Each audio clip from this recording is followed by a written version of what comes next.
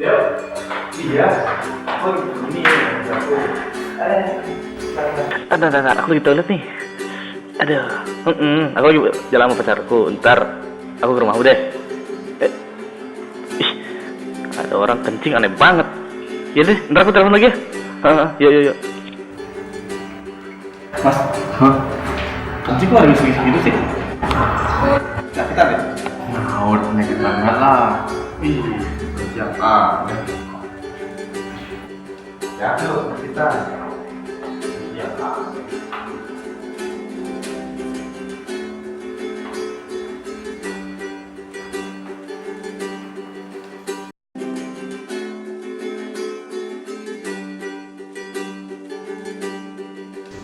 Lihat deh, cowok yang pakai baju pink itu. Ih, yang mana? Lewat. Iya, kenapa emangnya? Lihat jalannya kayak gitu. Aku pernah ketemu dia di toilet. Ini kencingnya lama banget. Gua curiga itu orang pasti kesakitan. Ih, kamu jadi kayak gitu ya? Enak aja. Ih, kamu suka ngintip-ngintip kayak gitu? Loh, dia loh. Kenapa? Kencingnya lama. Kenapa kamu bisa tahu? Kepo banget ya? Enggak, curigain aja. Ih. Gimana bro? Aduh, aku sakit bang. Hah? Itu sakit. Itu apaan? Ini. Kenapa? Gak tahu apa juga. Parah rasanya ini. Tobat lah bro. Ya. Sudahlah, berhenti kayak begitu. Ya, tapi gimana nih? Aku malu ke dokter loh. Kalau nggak salah kemarin aku sempat tahu ada tempat untuk berobat kalau nggak salah. Apa ya? Temanku bilang IKP kalau nggak salah namanya. Oh, ya. Kayak yayasan gitu deh. Aman nggak tuh? Kayaknya sih aman. Percaya sepertinya. Saya temanku juga pernah cerita memang di IKP itu kayaknya bisa ya privasi pun dijaga. Oke deh. Kamu tahu tempatnya? Masih ingat sih, sempat lewat. Ayo. Gimana? Mau taruh di sana? Oke. Jadi langsung berangkat sekarang ya? Ntar kelamaan malah bahaya. Wah, hancur ntar. Iya deh. Ayo. Ada aja. Iya.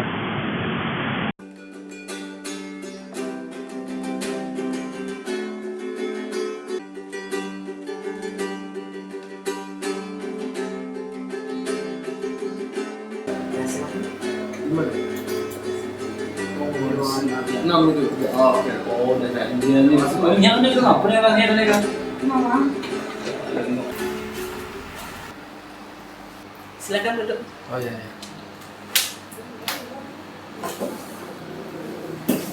Ada yang bisa saya bantu? Saya punya keluhan sih, tapi gimana ya, ngomongnya saya malu juga. Gak apa-apa kalau ke dokter memang harus terus terang, biar nanti dokter kan bisa menangani dengan tepat. Gini ya, itu saya sakit. Sakitnya gimana? Nggak tahu sakit sekali ya, kadang-kadang keluar airnya gitu. Air. Ya, Kalau kencing gimana? sakit banget, apalagi itu, lebih sakit lagi. Keluhan yang lain apa? Selain banyak sakit, kemudian kencing, kalau kencing juga sakit, Iya, kayak kencing sakit anyan-anyan juga. gitu. Iya. Pernah ada keluar cairan yang kayak keruh kayak susu. Itu dah, cairannya keruh memang. Makanya saya bilang keluar air, saya nggak tahu air apa itu. Tapi pernah sampai berdarah? Oh belum. Kapan terakhir melakukan pemeriksaan sempak kondom? Kayaknya seminggu lebih dah, mungkin 8 hari, 9 hari. 9 hari yang lalu ya. Kira-kira. Kalau gitu saya periksa aja, mau ya? Saya lihat biar saya tahu bagaimana nanti bisa itu diambil cairannya. Saya serem nggak? Enggak, hanya diambil cairannya aja yang di luar, nanti saya periksa di laboratorium untuk iya. lebih memastikan. Oke. Dan juga saya biar lebih tahu gejala yang ada. Iya. Ya, silakan ke ruang periksa. Melihat dari ilustrasi tadi, salah satu pelaksana PMTS di Bali adalah Yayasan Kerti Praja. Yayasan Kerti Praja telah melakukan sejumlah program mengenai HIV dan AIDS dan layanan klinik untuk masyarakat paling beresiko seperti pekerja seks. Yayasan Kerti Praja juga memiliki klinik Amerta, yaitu klinik dan laboratorium yang menyediakan layanan medis termasuk IMS screening, pemberian ARV, serta layanan VCT.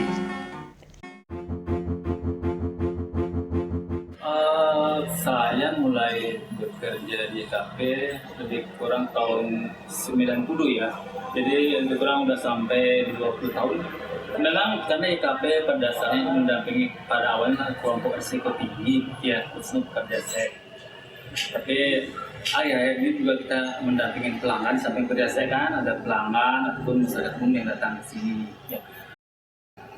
Masyarakat tahunya kan banyak yang datang ke sini misalnya karena cewek ya dia menganggap dampingin kita cuma pekerja seks aja, padahal sebenarnya di luar pekerja seks juga kita dampingi masyarakat umum yang membutuhkan informasi berkaitan dengan kesehatan reproduksi secara umum.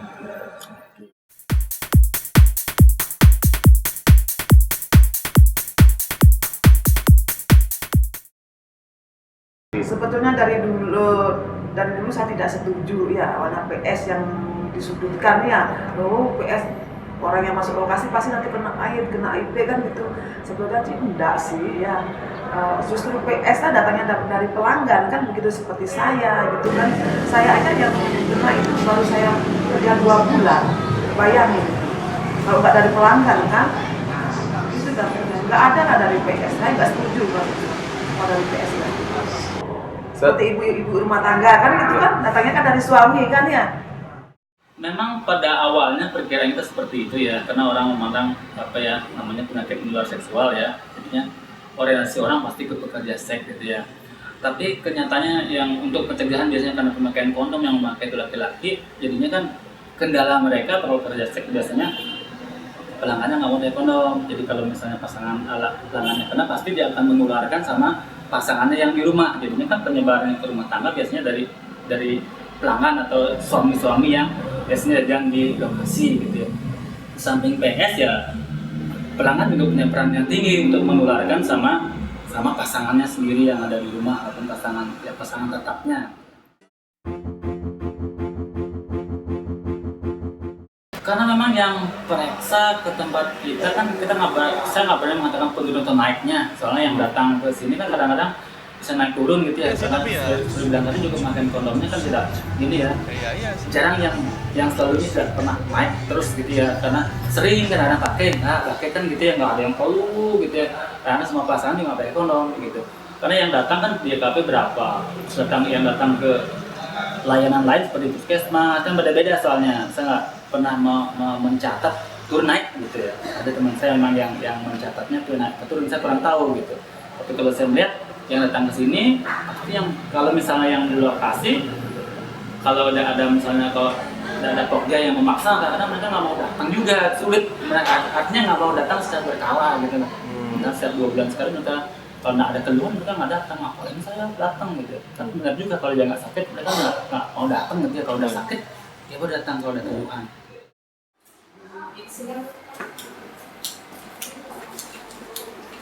Silakan. Nah, tadi kan udah saya periksa, kemudian udah jelas nanti itu diperiksa di laboratorium. Tapi dengan yang saya lihat tadi, kejadian yang saya lihat tadi, ternyata ada terkena IMS, infeksi menular seksual, dan itu harus diobatin. Nanti saya kasih obat. Penyakitnya namanya apa? Itu kalau bisa dibilang penyakit gonoru atau kencing nanah istilahnya. Oh, mengerikan sekali namanya. Tapi itu bisa diobati, bisa sembuh. Iya. Dan saya kasih obat. Nah juga saya sarankan nanti kalau mau itu ada cek yang lain, misalnya tes darah untuk mengetahui apakah kena sifilis. Karena tidak untuk kemungkinan mereka yang terinfeksi penyakit menular seksual ini kemungkinan bisa kena sifilis, bisa kena HIV juga, bisa kena hepatitis juga. Nah dari 3 ini yang perlu pemeriksaan darah, dilihat dari darahnya, itu darahnya yang dites. Oh iya. Tapi untuk penyakit yang sekarang ini, dari keluhan yang tadi Anda rasakan itu memang udah kena penyakit gonoru atau kencing nanah, itu saya obatin aja. Itu saya kasih obat. Dan saya pasti akan periksa. Ya nanti itu kira-kira seminggu lagi kalau ini kontrol mungkin. Tapi begini, kalau memang sudah minum obat, diusahakan untuk melakukan hubungan seks lagi harus pakai kondom. Karena kalau tidak pakai kondom itu benar-benar akan ada kuman-kuman baru yang muncul gitu ya.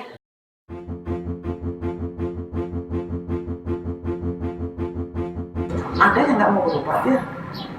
Jangan kan saya yang ngajak, petugas aja kan dari puskesmas datang sana lari datang. Ada alasan ngasih obat gratis sama juga katanya. Obat nggak sembuh katanya. Obat apa itu, obat gratis atau di yayasan nggak bisa sembuh, mendingan cari obat lain. Ada yang mengatakan kayak gitu. Ya sudah, saya kan nggak bisa maksa kan.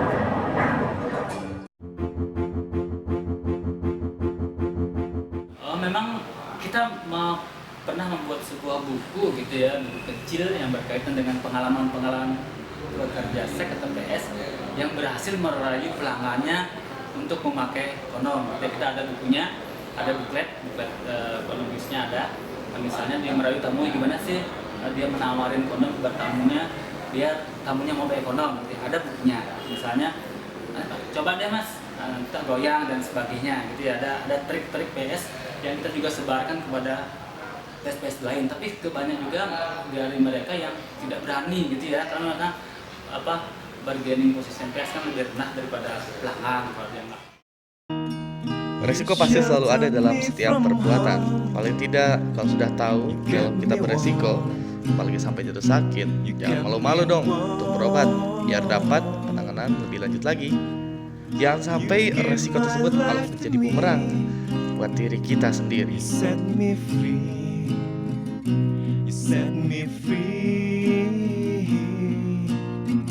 The fire